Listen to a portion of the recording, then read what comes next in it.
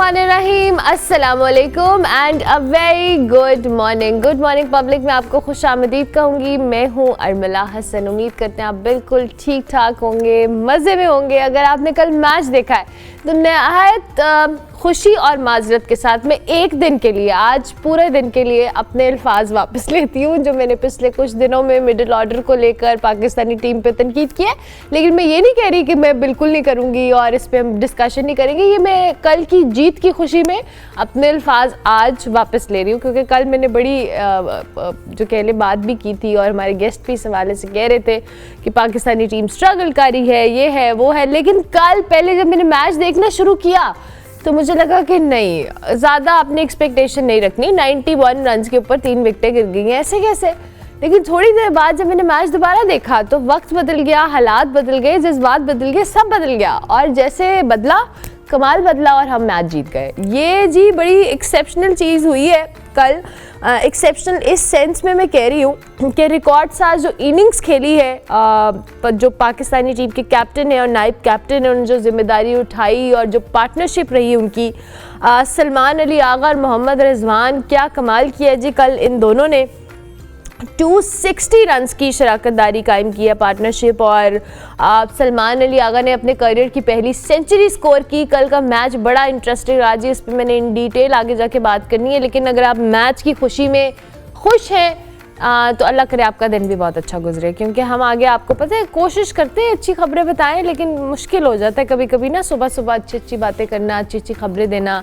सियासी सूरत हाल की बात कर लेते हैं, कुछ कॉम्प्लेक्स नहीं बल्कि काफ़ी कॉम्प्लेक्स है। मुख्तलिफ जमातें और इदारे मुल्क के मुस्तकबिल के लिए मुख्तलिफ हिकमत अमलिया इख्तियार कर रहे हैं। PTI की बात करेंगे तो इसमें जो अंदरूनी इख्तलाफात हैं, क़यादत का बहरान है, वो शिद्दत इख्तियार करता हुआ नज़र आ रहा है। अब तो बानी PTI ने जी बार बार पार्टी डिसिप्लिन की खिलाफ वर्जी पर शेर अफजल मरवत को पार्टी से निकाल दिया है, जबकि शेर अफजल मरवत ने शिबली फराज और उमर अयूब को इसका जिम्मेदार करार दिया है। दूसरी तरफ जी KPK में अली अमीन गंडापुर को वज़ीरत आला के मनसब से हटाने की बातें हो रही हैं। ताहम उमर अयूब खान ने अली अमीन गंडापुर को वज़ारत आला से हटाने की जो अफवाहें हैं उनको मुस्तरद कर दिया और कहा है कि KPK में कोई तब्दीली नहीं आ रही, अली अमीन बहादुर आदमी है, वो लीड कर रहा है।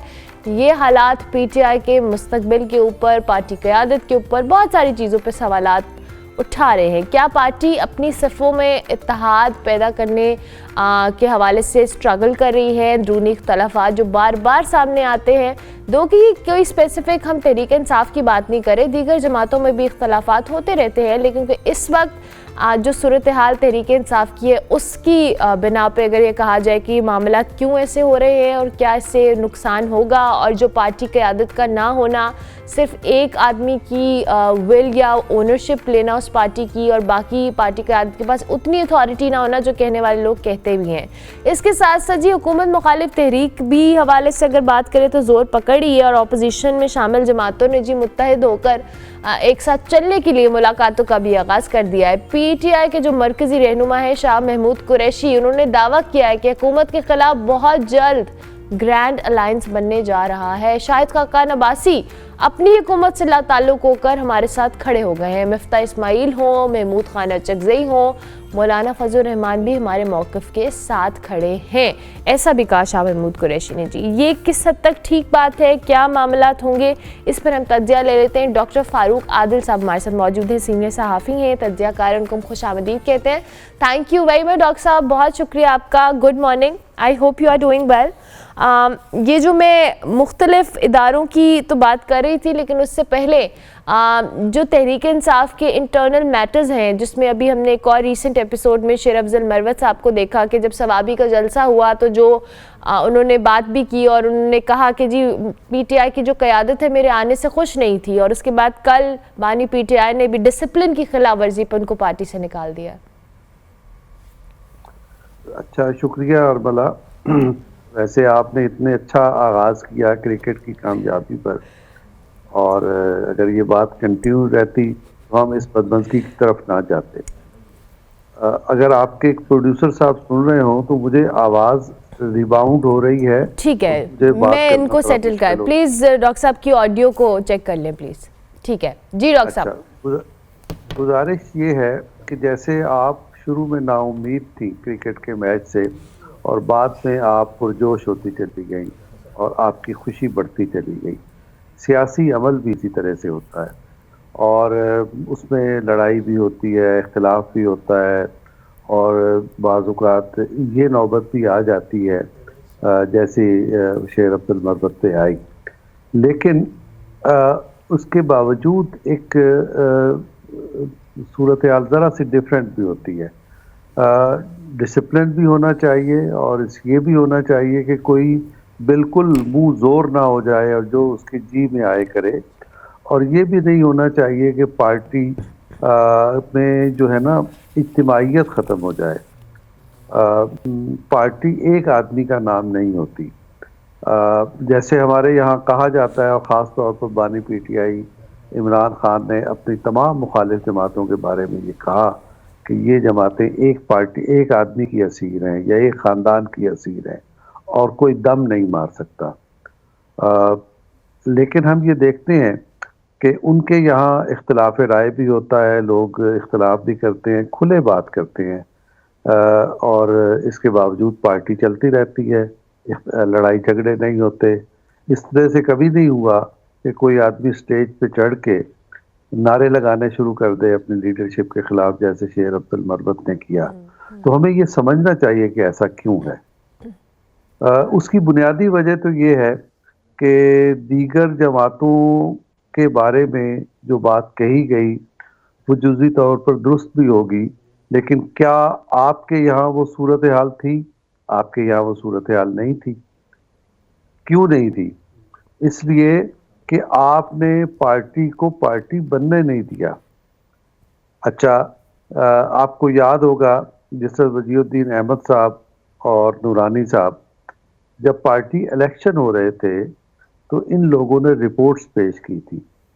रिपोर्ट्स ये पेश की थी कि ये इसमें करप्शन हो रही है, लोगों की खरीदो फरोख्त हो रही है। तो जब उन्होंने ये रिपोर्ट्स पेश की तो न जस्टिस वजीउद्दीन अहमद पार्टी में रह सके, न नूरानी साहब पार्टी में रह सके। इसका मतलब ये था कि ये पार्टी एक आदमी की मलकियत है और बाकी जो इसमें आएगा उसको उसके सामने सर झुकाना पड़ेगा, ओबे करना पड़ेगा। अगर ये बुरा ना लगे तो मैं ये ज़रूर कहना चाहूँगा कि जिस चीज़ का इल्ज़ाम बानी पीटीआई दूसरों पे लगाते थे, दरअसल वो खुद कर रहे थे।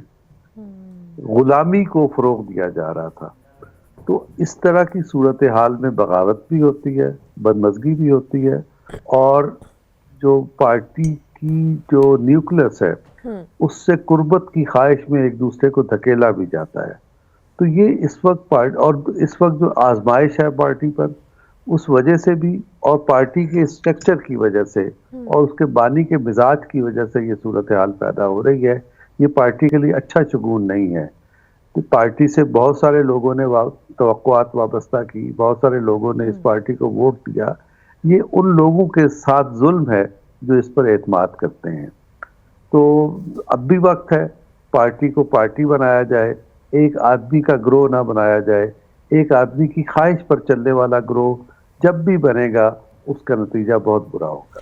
अच्छा डॉक्टर साहब, अभी आपने बात भी की और क्या आप समझते हैं कि यही वजह है कि ओवर टाइम तहरीक-ए-इंसाफ में हमने देखा है कि जब हम इमरान खान साहब की सियासत को देखें और जब वो शुरू में जो उनके साथी बड़े करीबी साथी रहे हैं, जिनका मैं चंद का अलीम खान साहब हो, जहांगीर तरीन हो, दीगर लोग हों, बड़ी कुर्बत रही है और बड़ा सपोर्ट सिस्टम रहा है इमरान खान साहब का। लेकिन उसके बाद फिर वो चेहरे गायब हुए, फिर चंद चेहरे हमें पार्टी के अंदर नज़र आए, फिर वो कुछ अरसे बाद वैनिश होते चले गए।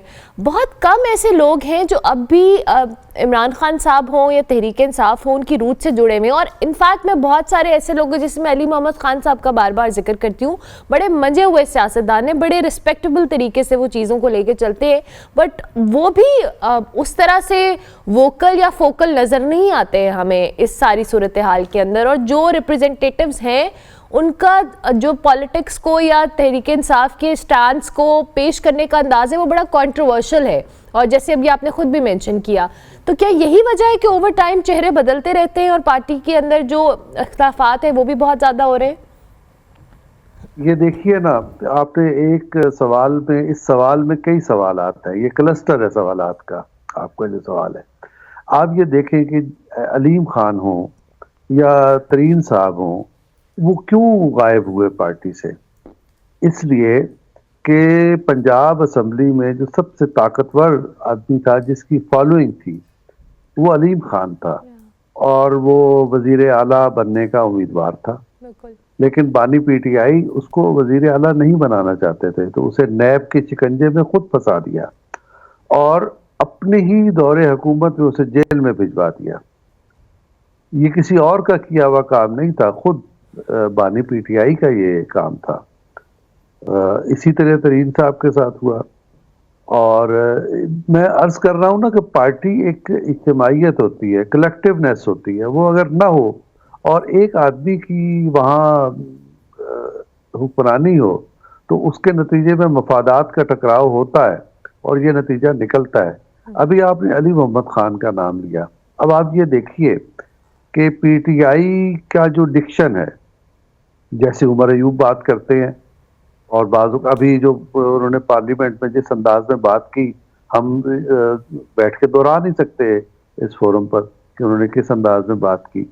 इसी तरह बहुत सारे दूसरे लोग भी हैं, जैसे शहबाज गिल साहब हैं, वो कैसी कैसी बिलो दी बेल्ट बात करते हैं। और सिर्फ वो क्या, खुद बानी पीटीआई ये काम करते हैं। लेकिन अगर हम अली मोहम्मद खान को लें तो आपको उनके डिक्शन में ऐसी कोई खराबी नजर नहीं आएगी और वो बड़ी यानी अच्छे तरीके से बात करते हैं, बहुत अच्छा मुकदमा पेश करते हैं पीटीआई का भी और बानी पीटीआई का भी। लेकिन वो क्यों वो जगह नहीं हासिल कर पाते जो उमर अयूब को हासिल है या किसी दूसरे को हासिल है जो बहुत करीब है, या जैसे शहबाज गिल जैसे आदमी को जो मकाम हासिल है, वो इनको क्यों नहीं मिलता? इसलिए कि वो अपनी राय रखते हैं और वो अपनी राय पेश करते हुए झिझकते नहीं हैं। आपको याद होगा जब तहरीक अदम एतमाद कामयाब हो गई इमरान खान के खिलाफ, तो बहुत सारे लोगों के अलावा बहुत नुमाया ये थे, क्या नाम है इनका, अली मोहम्मद खान साहब थे, जिन्होंने बानी पीटीआई को मशवरा दिया कि हमें ऐवान नहीं छोड़ना चाहिए। लेकिन बानी पीटीआई ने छोड़ा।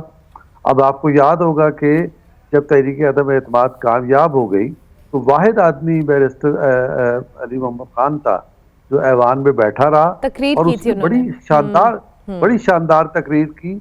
और उस शानदार तकरीर में किसी को बिलो द बेल्ट जाए बगैर उन्होंने अपनी जमात का और अपने लीडर का मुकदमा पेश किया था।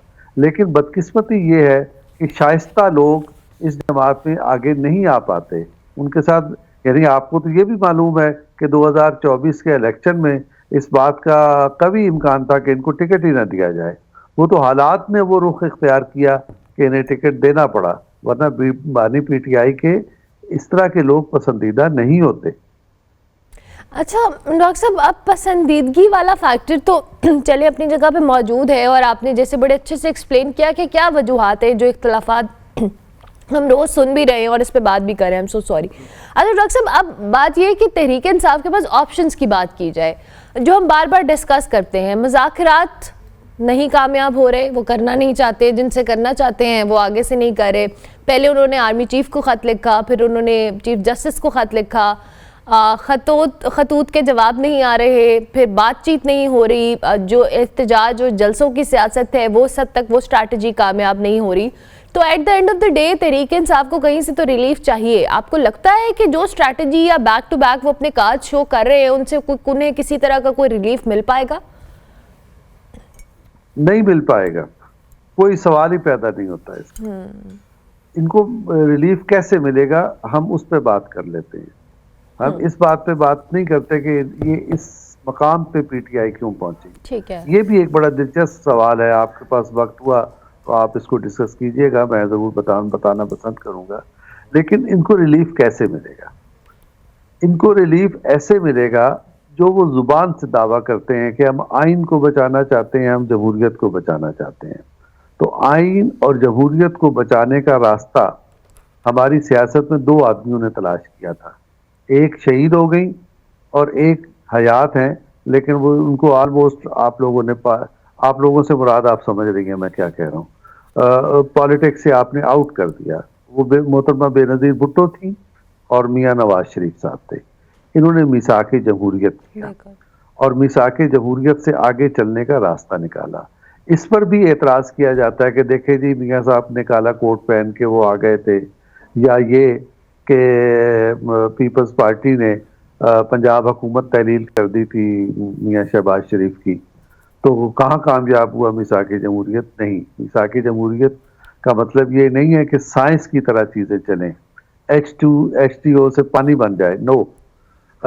ये इंसानी मुआशरा है, इंसानी मुआशरे में ऊंच नीच होती रहेगी, गलतियां होती रहेंगी, लेकिन मजमूई तौर पर मिसाके जमहूरियत की स्पिरिट बरकरार रही और वही आगे लेकर चल रही है।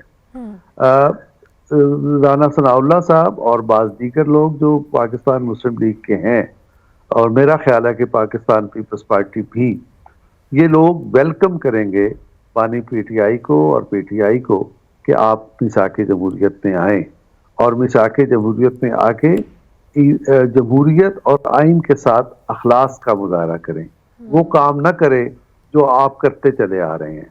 तो आप ऐसा करना चाहती हैं तो यही सियासी जमातें इनके लिए रास्ता पैदा करेंगी, इनको मेन स्ट्रीम में लेके आएंगी, लेकिन ज़रूरत इस बात की है कि वो आइन, पार्लियामेंट और जमहूरियत की तरफ आएँ। और जिस तरफ उनका रुख है, वो क्या रुख है? वो ये है कि आप हमें एक दफ़ा फिर सरपरस्ती में ले लें जैसे पहले ले लिया था। तो ये तजर्बे ने साबित कर दिया कि ये तरीका कामयाब नहीं हो सकता, और यही सबब है कि अब सरपरस्ती में लेने का सिलसिला भी ख़त्म कर दिया गया और इनको मायूसी भी हो रही है। मायूसी भी हो रही है, तरीका मुख्तलिफ इख्तियार करना पड़ेगा। Thank you very much doctor साहब, बहुत शुक्रिया आपके वक्त का। डॉक्टर फारूक आदिल साहब हमारे साथ मौजूद थे, सीनियर सहाफ़ी तज्ज़ियाकार। बड़े अच्छे अंदाज में डॉक्टर साहब ने एक्सप्लेन किया तहरीक इंसाफ की जो मुश्किलात हैं उनकी वजूहात क्या हैं, और किस तरीके से अगर जिस रिलीफ को तहरीक इंसाफ एक्सपेक्ट कर रही है वो क्या तरीका हो सकता है। हम ब्रेक लेंगे, ब्रेक के बाद वापस आएंगे।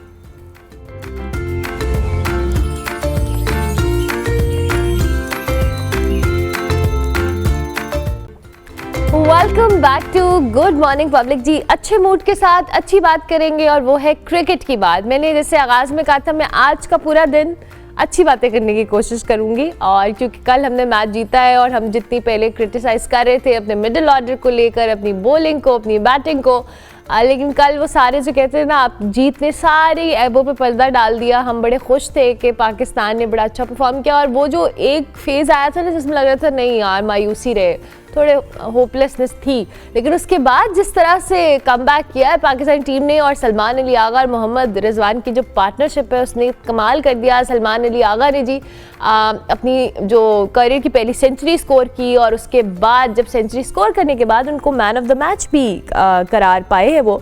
मोहम्मद रिजवान ने 122 रन्स की जो कह रहे नाकाबिले शिकस्त किस्म की इनिंग्स खेली। कल का मैच बहुत इंटरेस्टिंग था, लेकिन क्या क्या चीज़ें थीं और क्या क्या जो इतना हाई टारगेट रखा था न्यूजीलैंड की टीम ने उसको कैसे किया। इस पाकिस्तान ने इससे पहले जी 2022 में आई गेस ऑस्ट्रेलिया के खिलाफ जो लाहौर के कद्दाफी स्टेडियम है, इसमें 349 रन्स का टारगेट जो है वो चेज़ किया था। सो उसके अलावा भी कुछ अच्छी अचीवमेंट्स है, पर जाहिर है अभी हम कल के मैच पे बात करेंगे। हमारे साथ इस वक्त राजा असद अली खान साहब मौजूद हैं, उनको खुशामदीद कहते हैं। Thank you very much Armala, thank you very much. Talking to all this. और आज तो आप क्रिकेट वाली लग रही हैं। मैं क्रिकेट वाली, आपका जो मोरल है जरा कि victory is like moral high कर देती है एब्सोल्युटली। अब कल आपने देखा कि वो स्टेडियम पे जो चेहरे थे, जो there were few young few old faces, देखो वो इतने ओवरजॉयड थे, वो ऐसे जैसे बच्चे होते हैं। ये क्रिकेट और खेल जो है इसने शुरू से ही हमें बड़ी खुशियां दी हैं। और कल आपने देखा, और ये मेरे ख्याल में हुकूमत को भी और जो हमारी हिस्ब इख्तिलाफ है उनको भी सबक हासिल करना चाहिए कि ये स्पोर्ट्स के जो खुशियाँ देते आप हमें खुशियाँ नहीं दे सके। तो आप शुरू हो जाएं। जब से हम आज़ाद हुए थे तो पहली खुशी जो थी 52 में हमें क्रिकेट ने दी, 54 में क्रिकेट ने दी, 60 में हम चैंपियन बन गए रोम ओलंपिक्स में।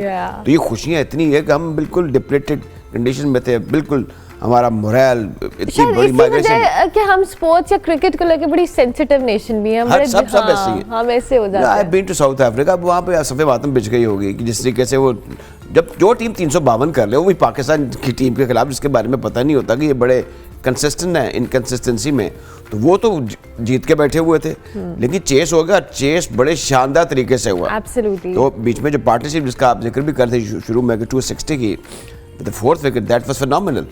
सब कुछ जो कुछ हुआ मेरे ख्याल में एक्सपेक्टेड नहीं था, और ये दोनों बड़े सही वक्त पर फॉर्म में आए हैं। चैंपियंस ट्रॉफी की आमद है। बिसाइड दिस ये कोई बायलैटरल सीरीज तो नहीं है कि हम न्यूजीलैंड से या साउथ अफ्रीका से खेल रहे हैं, ये ट्राई सीरीज है और इसमें 2 टीमें ऐसी जो कि आईसीसी के इवेंट जीत चुकी हैं, और एक साउथ अफ्रीका वो टीम है 2 मरतबा फाइनल क्वालिफाई कर चुकी है आईसीसी के इवेंट्स में। तो मेरे ख्याल में ये बड़ा अच्छा सिलसिला हुआ। दूसरा एक और चीज़ है, हमें इस दौरान ये नहीं भूलना चाहिए कि हमारी बॉलिंग कहाँ है। इसका आपने पार्शली जिक्र भी किया, ये 352 करा रही है। वो जो कटिंग एज होता है ना कि पहले आप 70-80 पे 2, 3, 4 आउट कर लिया करते थे, वो वैसा हो नहीं रहा। तो इस पर मजीद बात होनी चाहिए कि इसको किस तरीके से इम्प्रूव किया जाए। बैटिंग में तो ठीक है, चले आप चल गए, लेकिन इसमें भी आप नहीं चलते। देखिए ना, बाबर वो जो बड़ा स्कोर करने वाला बैट्समैन है, वो 50 करने के बाद उसको 100 लाजमी करना चाहिए, जो वो नहीं कर सके। फिर आप पे थोड़ा प्रेशर आ गया, लेकिन मैं कहूँगा ये खुशाइंद भी है कि नीचे से फिर आके आपके प्लेयरों ने बताया कि नहीं हमारा।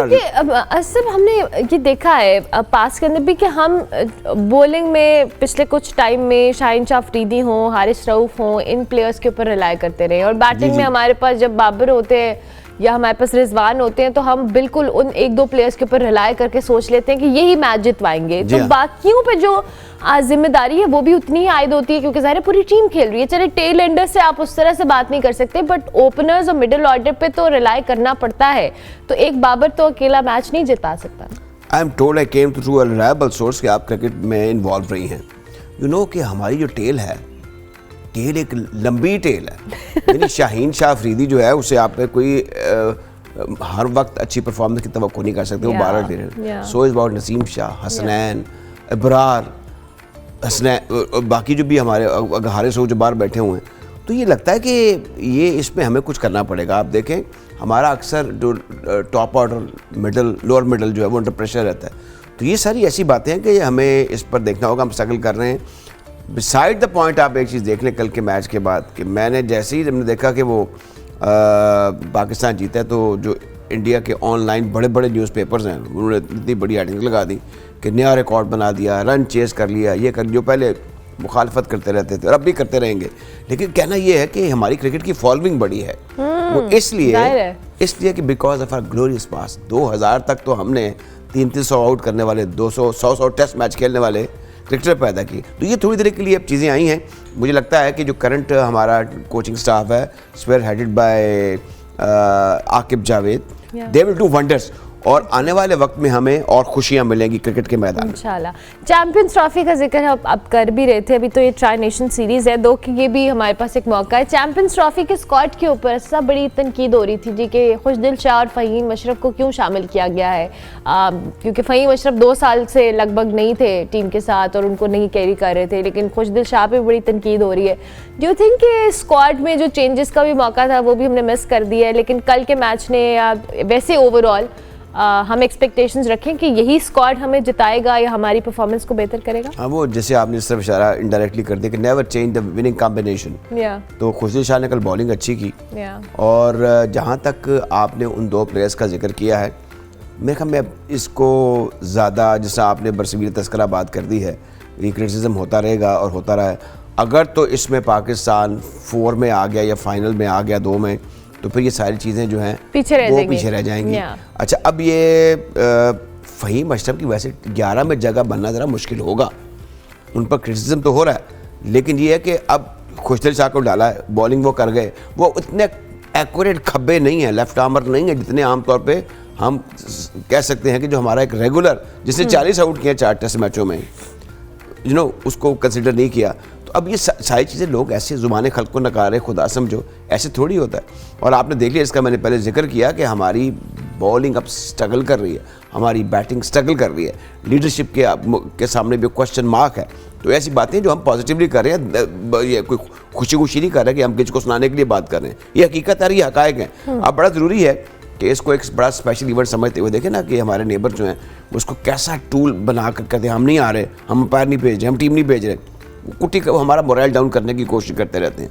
वो उसमें वो कामयाब नहीं होंगे। उनका जो एक इशू है वो हमारा ग्लोरियस पास्ट है, जिसमें उनको दबा कर रखा हमने, हॉकी में भी, क्रिकेट में भी। अभी तक वो चीज़ें जाए नहीं। फिर हमारी शक्लें कुछ ऐसी, हमारे कुछ जेस्चर्स ऐसे होते हैं, आप इंडिया जहाँ पहचाने जाएंगे यू फ्रॉम पाकिस्तान, उसके बहुत से रीजंस हैं। सिमिलर जो स्पोर्ट्स में हमारी जो एक सुपरमेसी रही है, दैट इज़ फिनोमिनल। आप यकीन नहीं कर सकते कैसे बड़े बड़े नाम थे। तो अब ये बड़े बड़े नाम तभी हो सकते हैं और ये अपने आप को इस्टेब्लिश करें। अब ये जो इस्टेब्लिश करने वाली एक सोच और समझ है ना, वो प्लेयरों में ज़रा कदरें नापैद होती चली जा रही है। बाबर आजम को अपने आप को ग्रेट साबित करने के लिए मुसलसल रन्स के अंबार लगाने होंगे, इधर उधर से मुकाबला गलत करने की ज़रूरत नहीं है। जब ये 50 करते हैं तो ये इतना बड़ा बैट्समैन है, इसको 50 को 100 और 125 में बदलना चाहिए। ये तो वनडे में डबल 100 भी कर सकता है, ये T20 में 100 कर सकता है।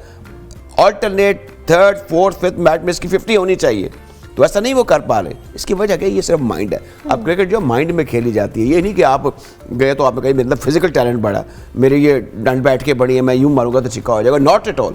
आप देख लें जितनी भी बड़ी बड़ी टीमें हैं, साउथ अफ्रीका देख लें, न्यूजीलैंड देख लें, इंग्लैंड देख लें, ऑस्ट्रेलिया देख लें, इवन इंडिया देख लें, अब वो सोच समझ के क्रिकेट खेलते हैं। ये अब माइंड को अप्लाई किए बगैर आप आगे नहीं बढ़ सकेंगे। अच्छा, अभी आपने लेजेंड्स का जिक्र किया, द ग्रेट क्रिकेटर्स का जिक्र किया। ओवर टाइम हमने देखा है पाकिस्तानी टीम में अभी भी we have very good players जो बहुत अच्छे परफॉर्म करते हैं, जिनकी strategy techniques they are really good, exceptionally good. But at the end of the day आप जिस दौर का आप जिक्र करें, आप तो बहुत अरसे से क्रिकेट को फॉलो करें, मैं तो सुन के या जिस तरह से मैंने देखा है, हम इतने बड़े बड़े प्लेयर्स के नाम लेते हैं, क्या वजह है? विद टाइम हम वो कंसिस्टेंट परफॉर्मेंसेस के साथ वो बड़े लेजेंड्स को अब वो डिस्कशन नहीं कर पाते हैं कि हमारी टीम में ये लोग हैं जिनकी परफॉर्मेंस कंसिस्टेंट रही है, जबकि माजी में ऐसा हुआ है। क्या ऐसे फैक्टर्स आपको लगता है ओवर टाइम चेंज हुए हैं? मैं बताता हूँ, एक अर्बन कल्चर है जो क्रिकेट का खेल है ना, you know that because you have been into the cricket and the stadiums, you have seen that। ये क्रिकेट जो है ये शहरी सिलसिला है, इसमें सोशल मैंगलिंग है, इसमें मील्स है, इसमें ट्रैवलिंग है, इसमें गपशप है और इसमें एक सोच विचार है। अब ये जो प्लेयर्स आ रहे हैं ना, ये हमारी तरह के मेरी तरह के पेंडू हैं, ये इनको पता नहीं है कि ये क्या बात कर रहे हैं, इसका क्या इम्पैक्ट है, इसका क्या असर, इनकी परफॉर्मेंस कितनी काउंट करती है। खैबर से कराची तक लोग शौक में डूब जाते हैं।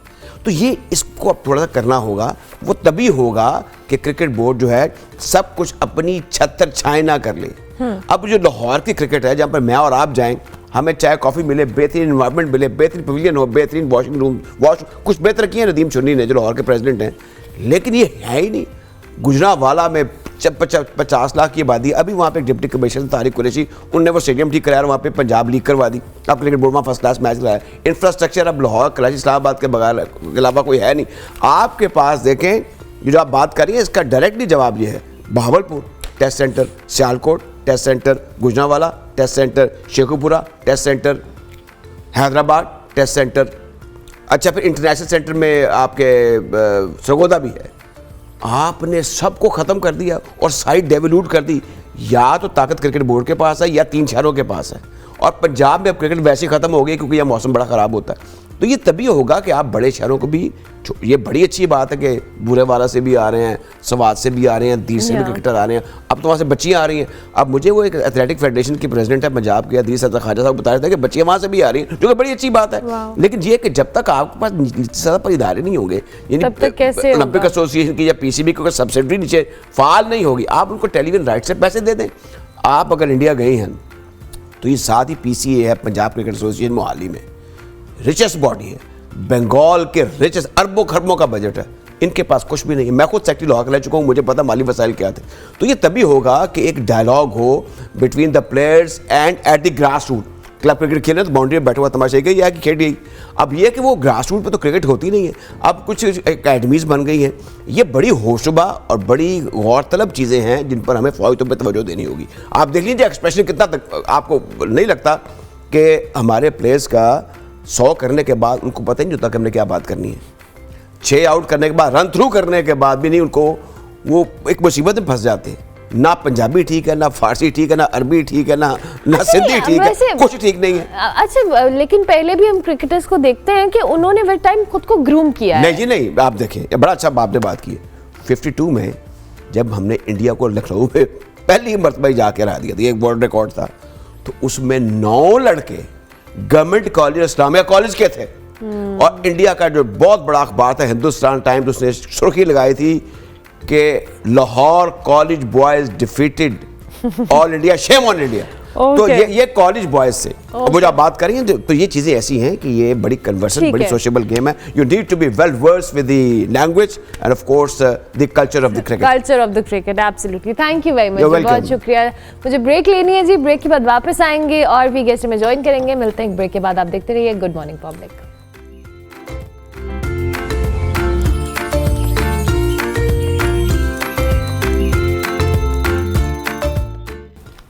Welcome back to good morning public. जी ब्रेक के बाद वापस आ गए हैं. अब हम एक ऐसी ऑर्गेनाइजेशंस के हवाले से कुछ बात करेंगे जो ख़वातीन को हर शोबे में एम्पावर करने के लिए, जो के लिए ख़ुद मुख्तार बनाने के लिए, उनकी तरक्की के लिए और पर्सनल ग्रोथ के लिए अपॉर्चुनिटीज़ प्रोवाइड कर रही है. वुमेन्स पाकिस्तान जी, जिसके बारे में आज हम बात भी कर रहे हैं कि ये एक ऐसी ऑर्गेनाइजेशन है जो रूरल एंड अर्बन एरियाज़ में ख़वातीन को सपोर्ट कर रही है. उनके पास जो स्किल्स हैं, जो सलाहियतें हैं, उनको आप राइट प्लेटफॉर्म फराहम करिए ताकि उनकी जो प्रॉपर प्रमोशन है वो की जाए, क्योंकि अक्सर हम ये देखते हैं कि प्रॉपर प्रमोशन की कमी रहती है. ये मुख्तलिफ एग्जिबिशंस हों, नेटवर्किंग इवेंट्स हों, उनको मुनक्किद करवा कर होम बेस्ड जो कारोबार करने वाली ख़वातीन हैं उनको एक प्लेटफॉर्म फराहम कर रहे हैं. आज उसकी जो बानी है एमन समी खान हमारे साथ मौजूद है. उनको हम खुश आमदीद कहते हैं. Thank you very much. इनके साथ साथ जी हमारे साथ मौजूद है शेफ़ अस्मा इमरान, जो कि वुमेन्जा के साथ साथ आरजू एंड प्रो स्किल्स के नाम से अपना एक प्रोग्राम भी चला रही हैं और ख़वातीन को फूड बिजनेस के शोबे में एम्पावर किया इन्होंने काफ़ी हद तक. और जाहिर है बहुत सारी ऐसी ख़वातीन हैं जिनका इंटरेस्ट होता है, उनके लिए ये होम बेस्ड एंटरप्रेन्योरशिप के हवाले से बात की जाए या फूड कंसल्टेंसी के हवाले से बात कीजिए, बड़ा काम कर रही हैं और स्किल डेवलपमेंट के ज़रिए उनको हेल्प कर रही हैं. शेफ़ अस्मा इमरान, आपको भी हम खुश आमदीद कहेंगे. थैंक यू वेरी मच जी. सबसे पहले तो एमन साहिबा मैं आपकी तरफ आऊँगी. थोड़ा सा हमें अपने इस काम को बताइए कि कब से आप ये कर रही हैं और ये जिन एग्जिबिशंस और प्लेटफॉर्म का हम जिक्र कर रहे हैं, अब तक कितनी ख़वातीन इसके थ्रू आपके साथ एसोसिएटेड भी हैं और जिनकी आप हेल्प भी कर रहे हैं? अच्छा, मैंने ये इनिशिएटिव लिया था 2017 में. ठीक है. इस वक्त जो था वो कोई प्लेटफॉर्म नहीं था ख़वातीन को सपोर्ट करने के लिए, और स्पेशली जो होम बेस्ड ख़वातीन थी उनको एक मेंटरशिप चाहिए थी जो कि एक ईजी वे नहीं था उनके लिए. और फिर वो परेशान होती थी कि अगर हमने घर से कोई बिजनेस स्टार्ट कर लिया है तो क्या स्ट्रैटेजीज होंगी कि उसको कमर्शलाइज करके उससे अर्न किया जाए. मैंने 2017 में इसको इनिशिएट किया. उसके बाद जब कोविड आ गया तो बहुत सारे बिजनेसेस जो फिजिकल भी थे वो भी ऑनलाइन शिफ्ट हो गए. तो उस सिलसिले में हमने एक्सपर्ट को अपने साथ इन्वॉल्व किया, हमने लाइव सेशंस किए और हमने बहुत सारी ख़वातीन की मेंटोरिंग की. तो इससे ये हुआ कि उनके बिजनेसेस अप स्केल हुए और वो घर बैठे कमाने लगी, क्योंकि आपको पता है कि ख़वातीन के पास इतना ज़्यादा ऑप्शन नहीं होता है जो फैमिली ओरिएंटेड है या फैमिलीज रन कर रही हैं. तो होता क्या है कि उनके पास लिमिटेड टाइम होता है, उन्हें फैमिली भी देखनी होती है, फिर उनको अगर काम करना है तो उनके पास इतने वर्किंग आवर्स नहीं होते. तो इट्स वेरी इजी कि आप घर में बैठ के काम करें और अर्न करें. और इट्स रियली गुड ना कि आप बच्चे भी देख रहे हो, आप घर भी देख रहे हो, और इस तरह की अपॉर्चुनिटी फिर हमने क्रिएट. बिल्कुल ज़बरदस्त, दैट्स अमेजिंग. अच्छा जी, आप अस्मा साहिबा मुझे बताइएगा, क्योंकि होम बेस या फूड जो बिजनेसेस हैं लोगों का, ख़वातीन का स्पेसिफिकली बड़ा इंटरेस्ट होता है क्योंकि उनकी कन्वीनियंस भी होती है कि अपनी पर्सनल स्पेस पे वो अपना एंटरप्रेन्योरशिप और इस तरह के प्रोग्राम्स को रन कर सकती हैं. आप इस हवाले से क्या करें? सबसे पहले तो मैं कहूँगी कि जो ख़वातीन होती हैं उनके अंदर एक टैलेंट छुपा हुआ होता है और उनको खुद नहीं पता होता कि वो कितनी टैलेंटेड है. तो मेनली जब हमने अपना करियर स्टार्ट किया था तो काफ़ी प्रॉब्लम्स आई थी. तो जब मैंने अपनी होटल इंडस्ट्री को लेफ़्ट किया कोविड से पहले, मुझे इट्स बिन 12 इयर्स मैं इस फील्ड में हूँ प्रोफेशनली. उससे पहले भी 5-6 साल तो हम भी होम एंटरप्रेन्योर ही थे. तो फिर जब प्रोफेशनली मैं इसके अंदर आई तो फिर बहुत सारी चीज़ें मुझे समझ आई कि हम एक ब्रिज का काम कर सकते हैं. तो मैंने एक क्रिएट किया ग्रुप arzu.pk के नाम से. साथ ही साथ 2 साल के अंदर मैंने प्रो स्किल्स डेवलप किया जहाँ पे हम अपने होम बेस्ड शेफ्स को प्रॉपर तरीके से गाइडलाइन देते हैं. जस्ट बिकॉज ये कि जो घर में खाना बना रही हैं, अगर वो प्रोफेशनल वे में उनको रेसिपीज़ की आइडिया हो जाए, ईच एंड एवरीथिंग कॉस्टिंग का आइडिया हो जाए, तो वो बहुत अच्छे से अपने क्लाइंट को डील कर सकती हैं. बिल्कुल ठीक है. तो मेनली ये पर्पज़ है कि हम खुद अगर एक्सपीरियंस है तो अपने एक्सपीरियंस को आगे शेयर करें और उन ख़वातीन को पॉलिश करें. और मेरे अपने ग्रुप पे 25,000 लोग हैं अराउंड ये कि उसमें बहुत सारी होम बेस्ड लेडीज़ हैं, बेकर्स हैं और उसके अंदर केटरिंग करती हैं. बहुत सारे हम उनको गाइडलाइन करते हैं, फिर हमने इवेंट्स के थ्रू भी उनको सपोर्ट करते हैं. तो मेनली ये होता है कि मेरी अपनी एक पूरी टीम्स हैं कराची, लाहौर में, हर जगह माशाल्लाह. तो हम प्रॉपर वर्कशॉप्स करते हैं, फिर गाइडलाइन देते हैं, फिर इवेंट्स के अंदर उनको इंडोर्स करते हैं, उनके ब्रांड्स को हाईलाइट करते हैं, उनको कॉन्फिडेंस देते हैं, उनको ये कहते हैं आपकी अगर घर में तारीफ़ नहीं हो रही तो कोई बात नहीं, हम तारीफ़ करेंगे। That's very important. और मुझे लगता है कि ये जो होम बेस्ड फूड बिजनेसेस हैं ये बड़े अब विद टाइम बहुत अच्छे डेवलप हुए हैं। बिल्कुल ऐसी बात है। इसमें हमें मतलब लिटरली मैं खुद बहुत सारी ऐसी होम बेस्ड खवातीन जो घर पे ऐसे काम कर रही होती है, किसी से फ्रोजन फूड ऑर्डर करती हूँ या मैं खाना ऑर्डर करती हूँ, तो रियली फील के जो क्वालिटी होती है वो आपको घर वाली मिल रही होती है, सारी चीज़ें हैं। तो ये स्मॉल बिजनेसेस को हम सबको भी कहीं ना कहीं इनकरेज करने की जरूरत है। स्पेशली ये होता है कि जब आप उनको एक तरीके से सारी मार्केटिंग करनी आ जाए और उनको ये अपनी जो सेफ साइट है वो एक फाइनेंशियल इंडिपेंडेंसी है, तो उसके अंदर जब वो आती हैं तो वो फिर और अच्छे से काम करती हैं और उनका दिल लगता है कि भाई हम अपने काम को कैसे सपोर्ट करें, घर को कैसे सपोर्ट करें। तो मेनली ये चीज़ है कि आप इंडिपेंडेंट हो और अपना काम करें। That's very important. अच्छा इमरान साहब, जैसे अभी आपने भी बात की, आप दोनों की कोलैबोरेशन भी जाहिर रहती है, हमें थोड़ा सा वो भी बताएं, क्योंकि जाहिर है जिस तरह से वो फूड वाले बिजनेस को लेके चल रही हैं और आप मुख्तलिफ चीज़ों को कर रही हैं, ये जो कोलैबोरेशन इस तरह के मुख्तलिफ ऑर्गेनाइजेशंस का आपस में, इससे ख़वातीन के लिए बड़ी अपॉर्चुनिटीज़ क्रिएट होती है, क्योंकि मुझे लगता है कि इस तरह के जब आप इवेंट्स या प्लेटफॉर्म्स होते हैं, आपस में सोशलाइज करने से रास्ते खुलते हैं, चीज़ें बेहतर होती हैं, आइडिया होता है कि लोग किस किस कैलिबर का काम कर रहे हैं।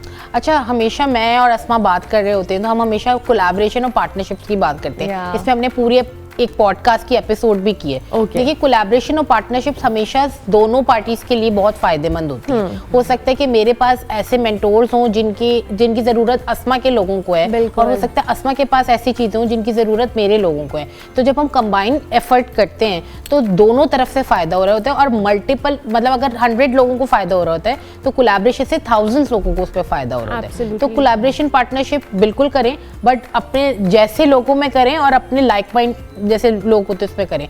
अब होता क्या है कि हमारे यहाँ कोलैबोरेशन पार्टनरशिप्स हो जाती हैं और बहुत जल्दी डिसॉल्व हो जाती हैं। उसका मसला ये होता है कि हम प्रॉपर टर्म्स कंडीशंस पे काम नहीं कर रहे होते, क्योंकि जब भी एक दो ऑर्गेनाइजेशन की पार्टनरशिप्स होती है या कंबाइन कोई भी एफर्ट होती है तो उसको ज़रूर टर्म्स कंडीशंस पे करें, ताकि दोनों पार्टनर क्लियर भी हों, और आगे जाके जब वो ख़त्म होती है ना तो उस पर बिजनेस पे बड़ा बुरा इम्पैक्ट आता है। बिजनेस पर बुरा इम्पैक्ट आता है। मुझे लगता है कि आपको बहुत सारे प्रोज एंड कॉन्स होते हैं पार्टनर से, और उसकी बहुत एथिकली आपको चीज़ों को लेके चलना पड़ता है। अच्छा, मुझे थोड़ा सा ईमन ये भी बताएं कि जाहिर है हमारे यहाँ जो होम बेस्ड बिजनेसेस हैं, जो ख़वातीन हैं, अगर कोई आर्टिस्ट है, कोई कढ़ाई करिए, कुछ करिए, हम हमेशा ये उनसे जब डिस्कशन भी होती है तो उनकी ये शिकायत होती है कि हमें हमारा ड्यू क्रेडिट नहीं मिलता, हमें वो जो उजरत चाहिए होती है वो नहीं मिलती, क्योंकि जब तक वो चीज़ मार्केट में पहुंचती है, जो मिडिल मैन है वो बहुत ज़्यादा पैसे उसमें से कमा रहा होता है और उनको एग्जैक्टली नहीं मिल रहा होता। मैंने बहुत सारी ख़वातीन देखी हैं जो रूरल एरियाज़ में बैठ के काम कर रही हैं, और जब तक उनकी मार्केट या शहरों में चीज़ें आती हैं तो उनकी प्राइसेस ट्रिपल से भी ज़्यादा एक्सीड कर रही हैं। इसको आप लोग कैसे? अच्छा, इसके लिए हमने खुद एक इनिशिएटिव लिया, क्योंकि ये हमने भी बड़ा स्टडी किया, इस पर रिसर्च किया। तो अब हमने 2 जगह, एक इंटीरियर पंजाब और इंटीरियर सिंध की ख़वातीन जो हैंडमेड चीज़ें बना रही होती हैं, हम अपनी कलेक्शन एक लॉन्च कर रहे हैं, और हमने उन ख़वातीन को ऑन बोर्ड किया है जो काफ़ी टैलेंटेड हैं। उनको हमने ट्रेन किया है कि how to made a customised product. ठीक है। और वो सिर्फ पाकिस्तान के लिए नहीं, वो इंटरनेशनल मार्केट के लिए भी। ठीक है। हमने उन्होंने जितनी कॉस्ट हमसे की हमने उनको पे किया, बट हमने अब उनसे ये कमिटमेंट किया है कि जब हमारा प्रॉफिट आएगा तो हम उनको प्रॉफिट शेयरिंग भी करें। ओके। ताकि उनके घरों से चल सके, उनके बच्चे पढ़ सकें, वो एक प्रॉपर अच्छे लाइफस्टाइल में आ सके। क्योंकि जो ऐसी ख़वातीन काम कर रही होती है, ज़रा उनको इतनी अवेयरनेस नहीं होती, वो अपना आर्ट स्किल तो उस वक्त दे रही होती हैं, लेकिन हम जैसे लोगों को शायद आइडिया होता है कि अच्छा ये तो बहुत चीज़ें मार्केट में एक्सपेंसिव बेची जा सकती है, पार्टी इससे फ़ायदा उठा रही है, तो आप किसी से फ़ायदा नहीं उठा सकते। अच्छा अज़मा साहिबा, आपने अब क्या सोचा है कि आगे जो आपके ग्रुप के अंदर और भी ख़वातीन हैं, इसमें आप मुझे लगता है कि विद टाइम हमारे पास यहाँ पे, क्योंकि आप किचन का जिक्र भी करी थी, बड़े यंग शेफ्स आती हैं, बच्चियाँ आती हैं जो पढ़ रही हैं, कोर्सेज किए हुए हैं, डिप्लोमास किए हुए हैं, बड़े अच्छा टैलेंट है उनमें। उनके लिए इंकरेजमेंट के लिए उनको भी ज़ाहिर प्लेटफॉर्म्स रिक्वायर्ड होते हैं। को एनीथिंग यू वांट टू से कि किस तरह से आप लोगों के साथ एसोसिएट हो सकते हैं वो लोग? एक्चुअली हम लोग करते यही हैं कि हम लोग क्योंकि इंडस्ट्री से भी कनेक्टेड हैं, सेलिब्रिटी शेफ्स के साथ भी काम करते हैं, फिर मेनली जो स्टार्टअप्स हैं, जो बच्चे पढ़कर निकल रहे होते हैं, हम उनको आगे प्रोवाइड करते हैं जॉब्स। सही है। फिर हम उनके साथ कनेक्ट होते हैं, उनके सीवीज़ देखते हैं, फिर हम लोग कोशिश करते हैं कि उनको पहले मार्केट में किस तरह लेकर आया जाए, क्योंकि ये एक वास्ट मार्केट है, इसमें बहुत काम है। नॉट ओनली कि शेफ़ का काम ये नहीं होता कि वो पढ़ के निकला है, उसने वहाँ पे 6 मंथ्स का कोर्स किया तो वो शेफ़ नहीं है। जब तक कि वो होटल इंडस्ट्री में जाके काम नहीं करेगा वो शेफ़ नहीं कह सकता अपने आप को। और आजकल ये बहुत ट्रेंड चल रहा है कि हर कोई कोट पहन लेता है और वो कहता है मैं शेफ़ हूँ। तो ये फ़र्क है, शेफ़ में, होम बेस में, एक्सपर्ट में फ़र्क है। जब तक कि वो मार्केट में प्रोफेशनली काम नहीं करेगा दे कैन नॉट कॉल कि वो आप themselves के वो शेफ्स हैं। हाँ, ये कि उनके लिए प्लेटफॉर्म इस तरह से हो जहाँ पे वो अपने स्किल्स को पॉलिश करते हैं और आगे आके कॉम्पिटिशन्स में पार्ट लेते हैं, वर्कशॉप्स होती हैं, तो हम अपने साथ कनेक्ट करते हैं सीनियर शेफ्स को ताकि उनके साथ काम भी ट्रेनिंग भी करते हैं और जब वो खुद आते हैं उनको अचानक से आप दे दें तो उनको कोई भी रेसिपी देंगे वो फौरन नहीं बना सकते, क्रिएट नहीं कर सकते। सो या इट्स वेरी इंपॉर्टेंट कि ट्रेनिंग होनी चाहिए। थैंक यू वेरी मच एमन साहिबा, आपका बहुत शुक्रिया। अस्मा साहिबा आपका भी बहुत शुक्रिया। जनाब, ख़वातीन को एम्पावर करने के लिए बड़े अच्छे सिस्टम्स हैं, बड़े अच्छे प्लेटफॉर्म्स हैं। हम कोशिश करते हैं कि ऑन ऑफ इसकी डिस्कशन करते रहे। ब्रेक लेंगे, ब्रेक के बाद वापस आएंगे।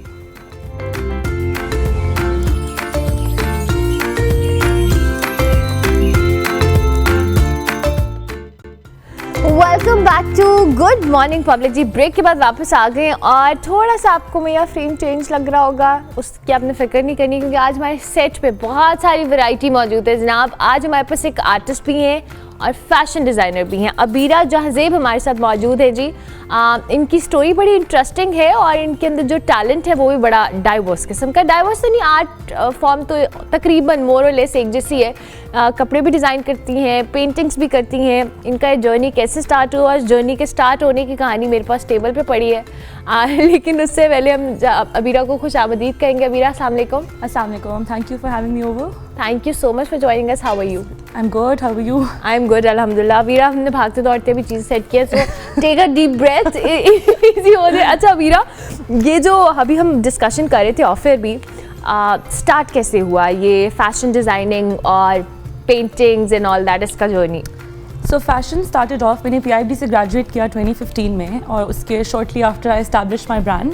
इट वाज प्रॉबेबली इन 2016, लेकिन उससे पहले भी I was working in the field of fashion because before graduating I was taking up orders. तब थोड़ा सा होम बेस था। Now you know after 2016 I had registered the company और वो थोड़ा सा एक्सटेंसिव लेवल पे था। And that's how fashion started. So the clothing started उस तरह से, it was going on smooth. And your painting started from here? The painting started from there. So that's a funny story. Look at it. इसको zoom करें जी, आप बताएं आप Abira. So 6 years back I had my daughter and I think probably on her 3rd Father's Day मैंने ऐसे बैठे हुए randomly I used to make these little caricatures for families and friends अपनी family events में। Okay. और उस पे फिर I randomly you know made this caricature for my daughter's Dada Boo and Nana Boo. Okay. And I posted on my socials, मैंने उसको Instagram पे लगाया and that's how it picked up. I got orders from friends and friends of friends.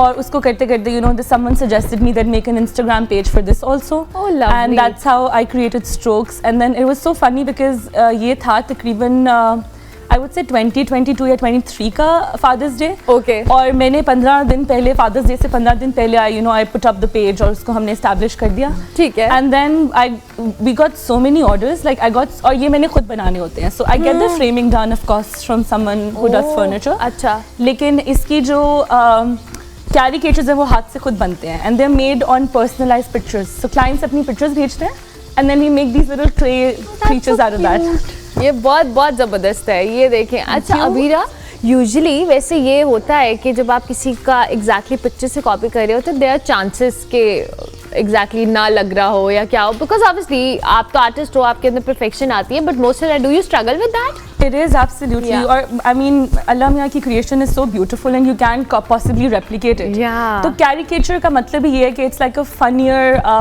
a cuter version of the real image. ठीक है। So उसमें definitely होता है कि you know you get a few blunders, आप फिर उसको दोबारा remold करके and then I do it all over again. Lovely. अच्छा अभी अपने बाल थोड़े से माइक से पीछे कर ले। मीनवाइल हमारे पास चूँकि शेफ भी मौजूद है, मैं उनसे भी बात कर लेती हूँ।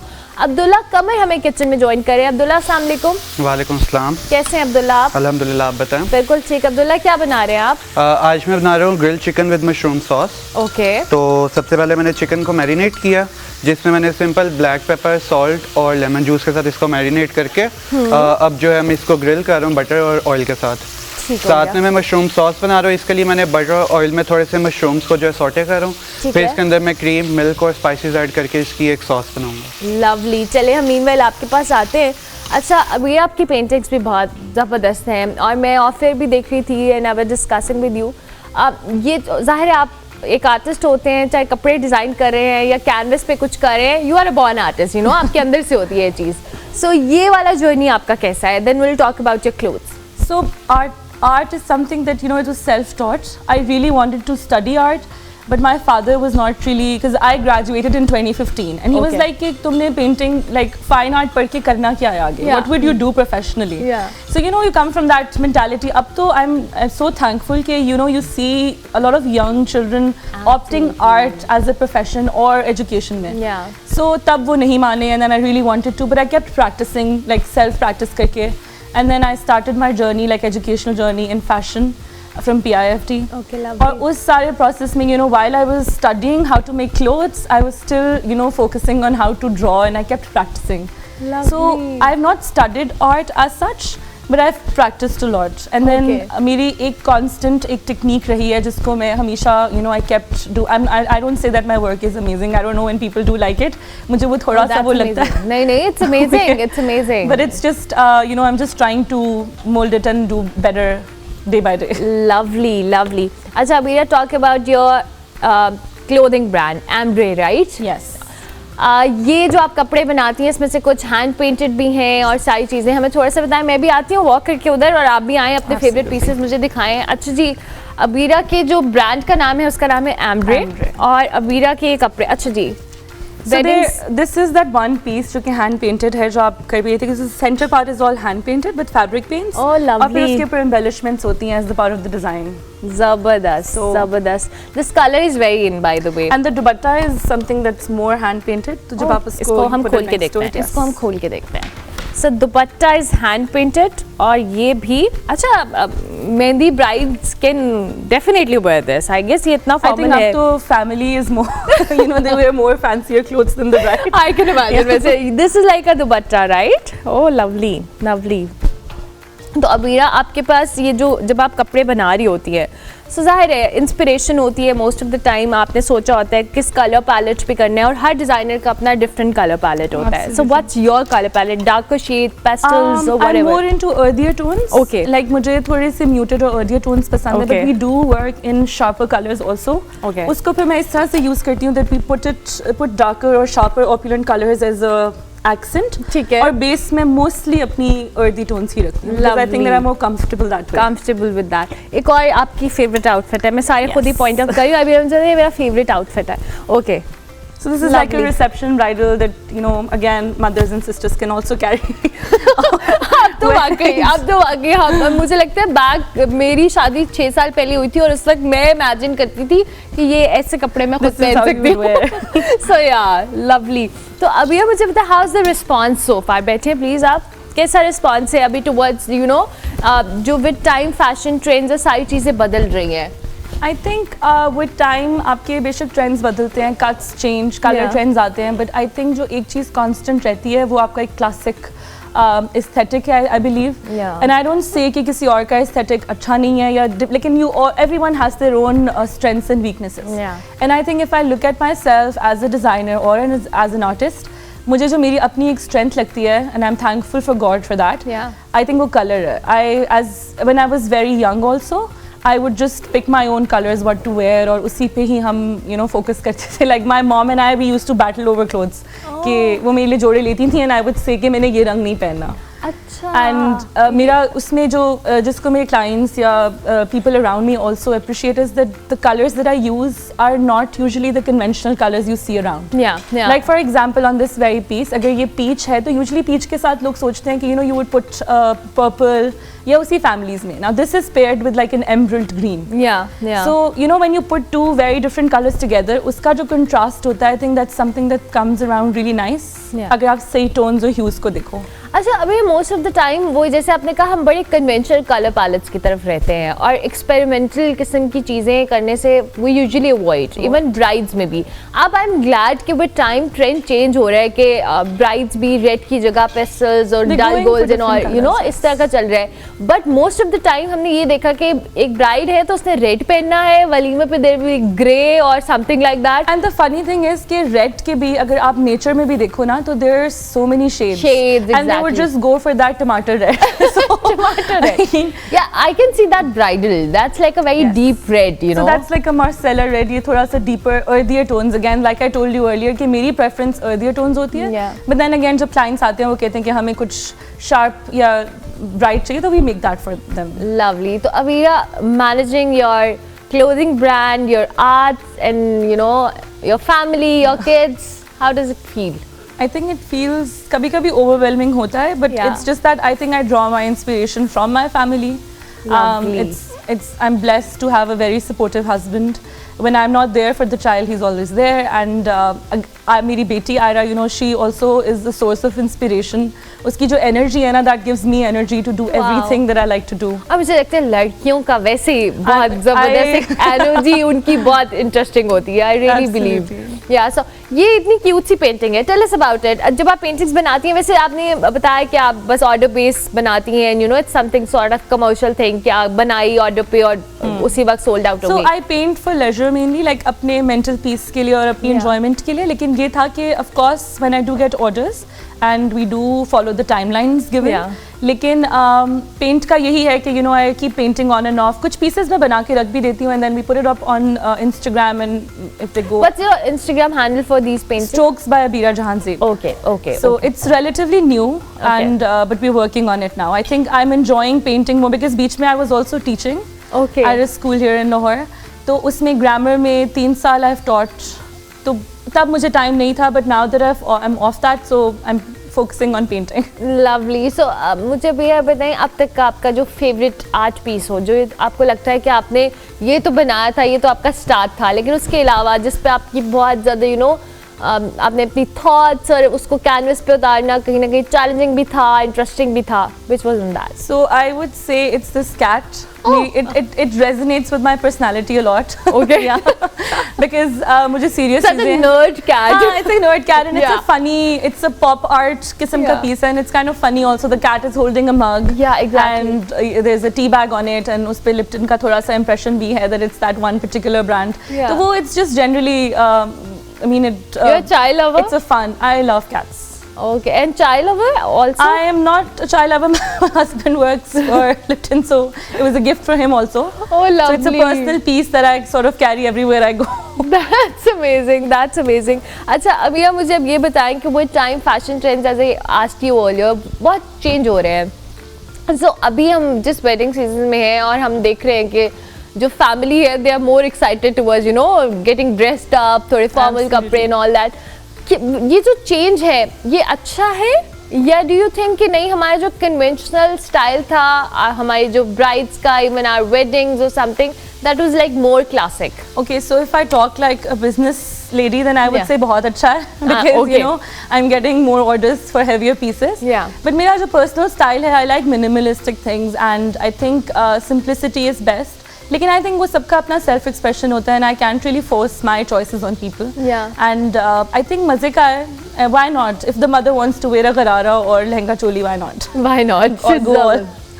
लवली. तो अब यह मुझे ये बताएं कि आपकी जो घर में फैमिली मेंबर्स हैं जब कोई वेडिंग होती है कुछ होता है सो कितना प्रेशर होता है? ये मैं अपनी हर डिजाइनर दोस्त से पूछती हूँ. बताओ घर वाले क्या कहते हैं? काफी प्रेशर होता है बिकॉज आपने अपने आप को भी style and then you have to style them all also. Yeah. But then again it's fun also. तो पहले से शुरू कर देना काम। मैं टाइमली शुरू कर दिया। ओके मीनवाइल हमारे किचन में से कुछ अच्छी खुशबू आ रही है। अब्दुल्ला कुछ बना रहे हैं। अब्दुल्ला चिकन को आप ग्रिल कर रहे हैं जी। और सॉस में रेडी, ऑलमोस्ट रेडी हो चुकी है। सॉस में मैंने पहले मशरूम को सॉटे किया था, ठीक है। उसके बाद मैंने इसके अंदर क्रीम ऐड किया, ठीक है। साथ में मैंने मशरूम का जो वाटर होता है कैन वाला वो मैंने थोड़ा ऐड किया, चिकन स्टॉक ऐड किया और साथ में मिल्क ऐड किया। उसके बाद मैंने इसके अंदर black pepper, red chilli flakes, salt add किया, साथ में चिकन पाउडर थोड़ा सा और ऐड किया मैंने। स्पाइसी नहीं, ये क्रीमी सॉस होगी, बहुत मजे की होगी। Okay lovely lovely. अच्छा बहुत सारे टाइम पे मुझे लगता है अब्दुल्ला हम स्पाइसेस को बहुत ज़्यादा भी कर देते हैं, क्योंकि ये वो डिशेस होती हैं जिसमें हम पाकिस्तानी फ्लेवर बहुत ज़्यादा करते हैं। मैं ऑलवेज से कि हम चाइनीज़ को जिस अंदाज में बनाते हैं, मतलब चाइनीज़ परेशान हो जाए जितने मिर्च मसाले हम डालते हैं, तब फीका खाना खाते हैं वो लोग और हमारी मिर्चें बहुत ज़्यादा होती है। तो ये आप भी अपना को पाकिस्तानी फ्लेवर रखते हैं अपने खानों में? होना चाहिए थोड़ा बहुत, क्योंकि जो पाकिस्तानी लोग हैं उनको आदत नहीं है ऐसे खाने की, मतलब फीके तो खाने खाते ही नहीं है वो तो लगता है बीमारों को खिला रहे को फीका खाना। तो उसके लिए थोड़ा बहुत जो है ना ऐड करना चाहिए हमें पाकिस्तानी फ्लेवर ना, मसाले वगैरह ऐड करने चाहिए, उससे जो है वो टेस्ट भी एक मजे का हो जाता है। जबरदस्त। Are you foodie Abeera? I am a big foodie. Oh wow. Do you like to cook? I love to cook. In fact, I cook a lot. Oh lovely, lovely, lovely. अच्छा मुझे बताएं, अब आपकी बेटी जो आपने कहा कि she is a source of inspiration, वो आपको देखकर मामा की जो आर्टिस्टिक स्किल्स हैं देखकर इंस्पायर होती हैं, एंड शी वांट्स कि उसके अंदर भी वो चीज़ आई है? Absolutely. I think she's a better artist than I am, because at this very age, वो इतना like मज़े की चीज़ें draw करती हैं, and you know every day I get to see a new version of her. Through her art pieces, I think usko bhi na, she likes to express herself through art. Yeah. So yes, she more. I think it's more in genetic. Like inspire. I have been painting in front of her for a very long time. Lekin I think ye inborn hota hai. Like the way she holds the pencil, now I can tell that she has that streak. Oh lovely, lovely.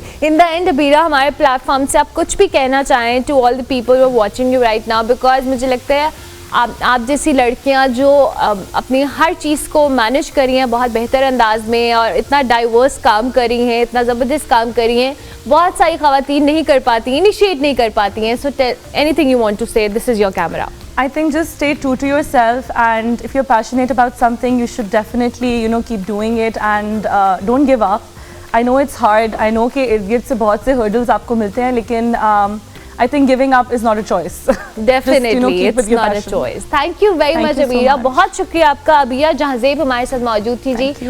Artist हैं, fashion designer हैं, बहुत ज़बरदस्त इनका काम है। इन्होंने अपनी paintings भी यहाँ पे डिस्प्ले की थी। हमारा सेट बहुत भरा भरा लग रहा था। So I really like such women जो अपने ओन पे जो एंटरप्रेन्योरशिप है, या हम घरों पे देखते हैं कि अपनी फैमिली के साथ साथ अपने बिजनेसेस को चला रही हैं, बड़ी अच्छी चीज़ है, और बहुत सारी ख़वातीन इंस्पिरेशन इनसे ले सकती हैं। सो हमने आपकी मुलाकात करवाई, किचन में काम जारी रहेगा। अबीरा को हमने थैंक यू किया है। हम ब्रेक लेंगे, ब्रेक के बाद वापस आएंगे। आप देखते रहिए गुड मॉर्निंग पब्लिक।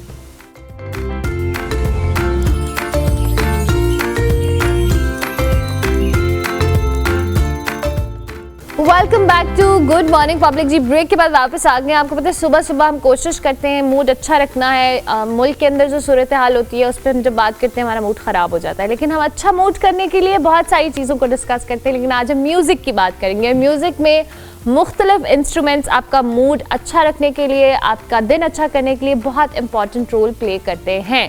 आज सुबह सुबह हम आपको अच्छा म्यूज़िक सुनवाएंगे, और उसके लिए हमारे साथ इस वक्त 3 नौजवान ऐसे मौजूद हैं जो सतरंगी ड्रमर्स के नाम से अपना एक बैंड चला रहे हैं। उनका ग्रुप है और मुख्तलिफ इंस्ट्रूमेंट्स को प्ले करते हैं। हमारे साथ इस वक्त साजिद इम्तियाज़ मौजूद हैं, बासित अली कमरी मौजूद हैं, और अली मोहम्मद शहबाज हैं। हम तीनों को खुश आमदीद कहेंगे। थैंक यू वेरी मच जी। अस्सलाम वालेकुम, कैसे हैं आप लोग? अल्हम्दुलिल्लाह बिल्कुल ठीक। थैंक यू सो मच कि आप लोग आए। सबसे पहले तो मैं आपसे ज़रा आगाज़ करती हूँ, थोड़ा अपने बैंड का तारुफ करवाएं। कब से आप तीनों साथ हैं, कितना टाइम हो गया है इस बैंड को लेके आगे चलते हुए?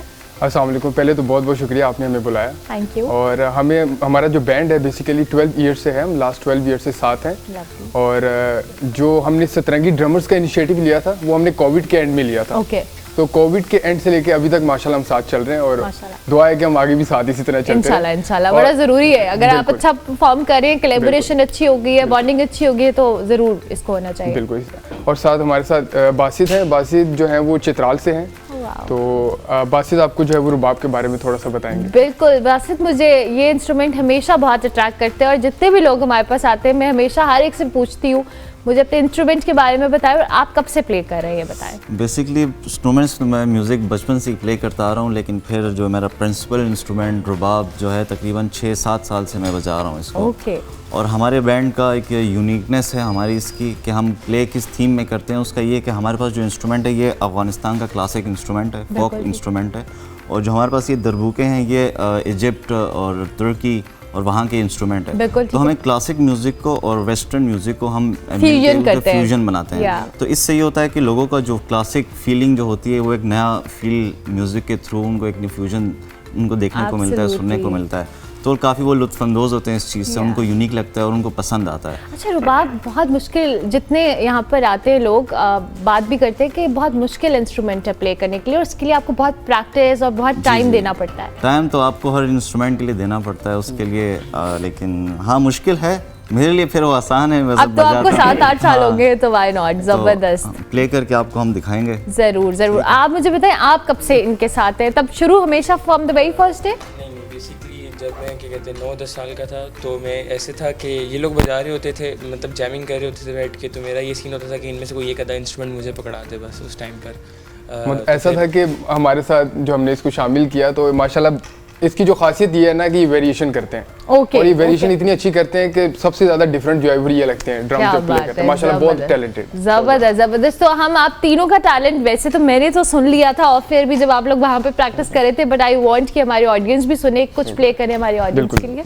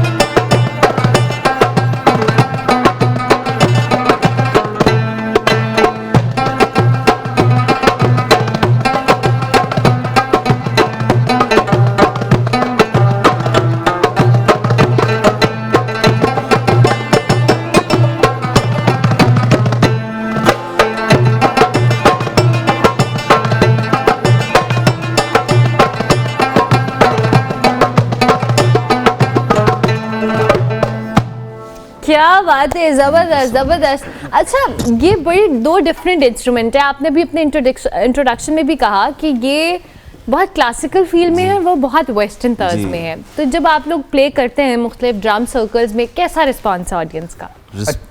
अच्छा, बेसिकली इस तरह है कि हम 2 टाइप ऑफ सर्विसेज दे रहे हैं। एक जो इंस्ट्रूमेंटल सर्विस आप ये देख रहे हैं, एक ड्रम सर्कल है, पूरे वर्ल्ड वाइड में हो रहा है, आप देख रहे होंगे, जिसमें बेसिकली हम सबको ड्रम्स देते हैं। इसमें डाइवर्सिटी होती है बेसिकली, मुख्तलिफ सिटी से, कंट्री से लोग जो आते हैं वो पार्टिसिपेट करते हैं और सबको ड्रम्स दिए जाते हैं। और हमारी टीम में मैक्सिमम 4 to 5% है जो लीड कर रहे होते हैं, जो उनको गाइड करते हैं कि ड्रम सर्कल क्यों कराया जाता है। I have attended few क्वाड्रम का मैं बहुत ज्यादा किया है, because Umar Saud was my cohost as well, तो मुझे बहुत आइडिया इन ड्रम सर्कल का, तो आई रियली लव जो वहाँ पे एनर्जी क्रिएट होती है। बिल्कुल। अच्छा, इसमें ये होता है कि पहले हमने उनको बताना होता है कि हम ड्रम सर्कल क्यों करते हैं, इसके क्या बेनिफिट्स हैं। तो जब ये चीज पता होगी कि हम क्यों कर रहे हैं तो वो ज्यादा इंटरेस्ट लेते हैं उस चीज में। बेसिकली इसमें ये है कि स्ट्रेस मैनेजमेंट है, आप अपने आप को रिलैक्स फील करने के लिए ड्रम सर्कल में पार्टिसिपेट करते हैं, ठीक है। और इसमें मेन चीज ये कि डाइवर्सिटी पे इसलिए मैं फोकस कर रहा हूँ क्योंकि मुख्तलिफ कंट्रीज से, सिटीज से लोग जो है वो गैदर होते हैं। अब आपको नहीं पता आपके साथ बैठने वाला कौन है, तो जब आप उनसे बात करते हैं तो फिर जो है वो एक डिफरेंट एनर्जी होती है। और मुझे लगता है कि ड्रम, अभी मैं आपका पेज भी देख रही थी, आप लोग शादियों वगैरह पे भी आप लोगों ने ड्रम सर्कल्स कराए थे, इवेंट्स भी करते हैं, वेडिंग इवेंट्स भी करते हैं। और शादी पे कैसा रिस्पांस होता है? इतने सारे लोग होते हैं। बिल्कुल।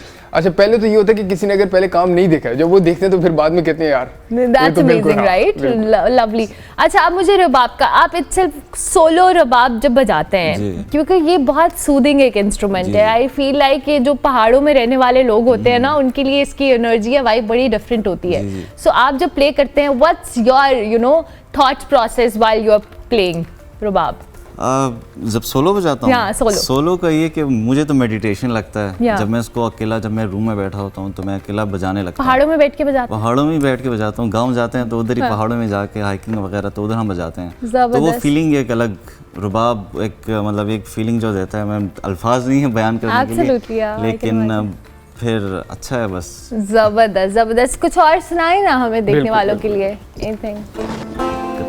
कथक।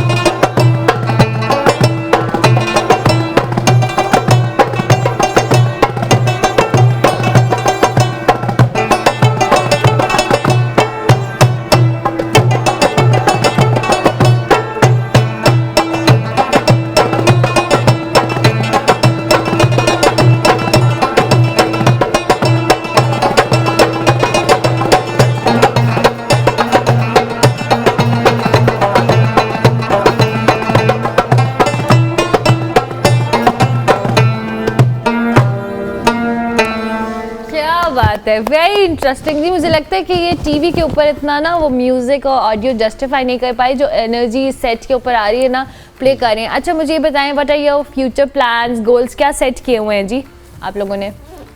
अच्छा हमारे फ्यूचर प्लान्स ये हैं कि वैसे पाकिस्तान में तो हम परफॉर्म कर रहे हैं, हमारी ख्वाहिश है कि पाकिस्तान से बाहर भी जाके परफॉर्म करें। और फ्यूचर में ऑब्वियसली हमारी दुआ यही है कि हम साथ रहें, एक साथ जो है वो आगे बढ़ते रहें, हमारी ये ख्वाहिश है। अच्छा नहीं, आई एम ग्लैड कि आप लोगों की आपस की कोऑर्डिनेशन इज़ वेरी गुड। अब मुझे ये बताएं अरीश शहबाज, जाहिर है जब आप लोग प्ले कर रहे होते हैं और आप अब इस बैंड का हिस्सा भी हैं, समटाइम्स रिदम्स और इन चीज़ों का बहुत कॉन्शियस रहना पड़ता है। सो ये मुश्किल चैलेंजिंग लगता है कभी कभी? अब नहीं लगता, शुरू में लगता था? नहीं लगता था, दे आर लाइक गुड।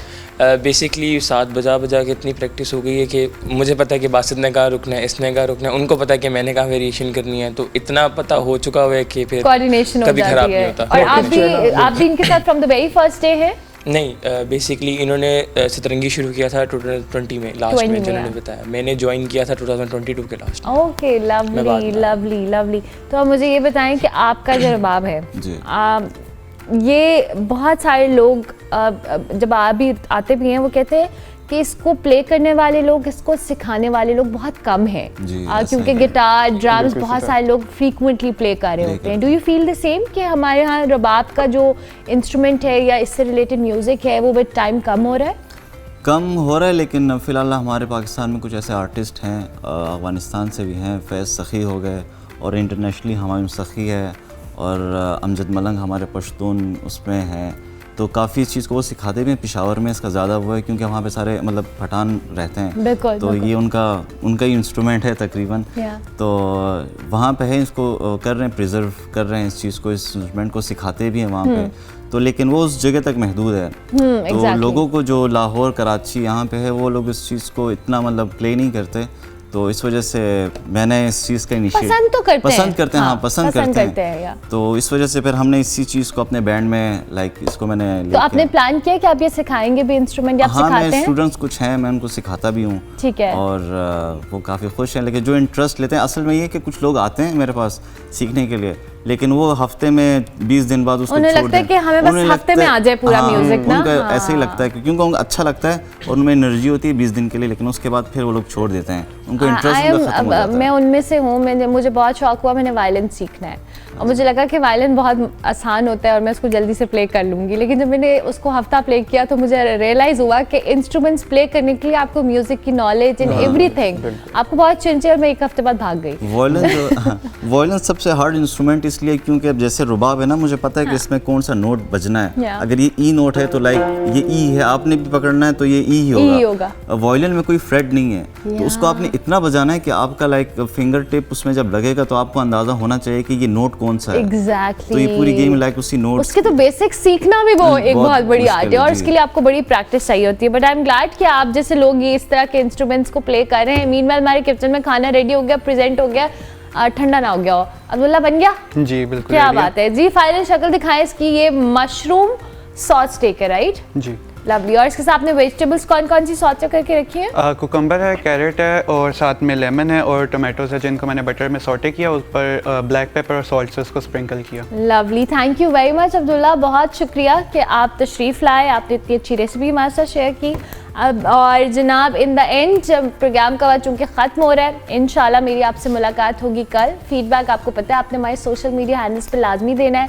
सतरंगी ड्रामास का मैं शुक्रिया अदा करूँगी, लेकिन मैं आपको ऐसे छुट्टी नहीं दूँगी। एंड पे आप कुछ हमारे लिए प्ले करेंगे। मैं आपसे कल मिलूँगी। Over to you boys.